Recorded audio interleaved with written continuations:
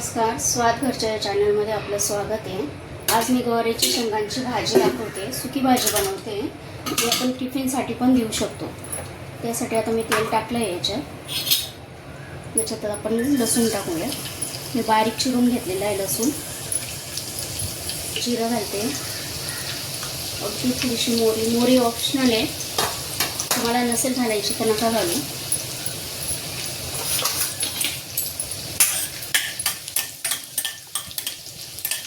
डब्यासाठी बनवते ही भाजी, झटपट बनवून तयार होते आणि चवीला खूप छान लागते। याच्यात मी आता 1 चमचा हळद टाकलेली आहे, 2 चमचे लाल तिखट घालते, अर्धा चमचा जिरेपूड, चमचा आमच्या घरचा हा काळा मसाला आहे तो 1 चमचा मी याच्यात टाकते।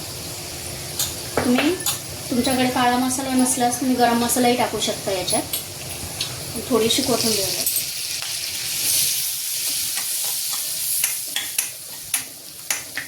माझ्याकडे कढीपत्ता नाही आहे, कढीपत्ता असला तुमच्याकडे तर नक्की टाका, खूप छान चव येते कढीपत्त्याने। माझ्याकडे सुकलेल्या कढीपत्त्याची पूड आहे ती मी थोडी टाकते याच्यात। आणि गवार मी स्वच्छ 2-3 पाण्याने धुवून घेतला आहे, आता याच्यात टाकूया।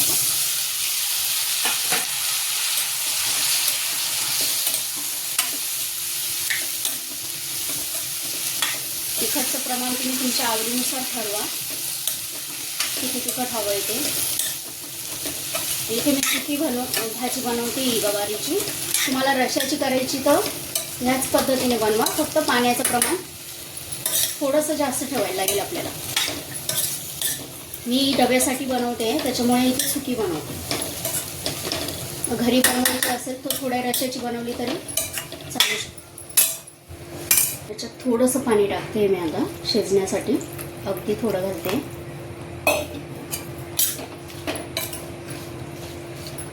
शेंगा एकदम कवळ्या असल्यामुळे ते झटपट शिजतील त्याच्यामुळे जास्त पाण्याची गरज नाही आहे।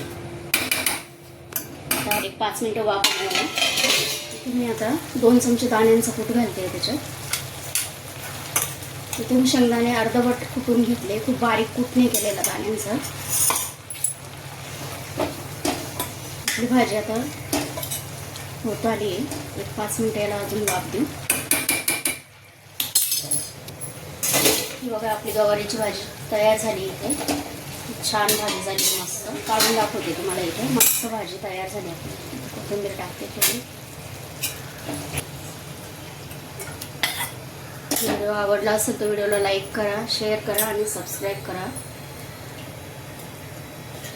हे बघा किती छान भाजी झाली आपली।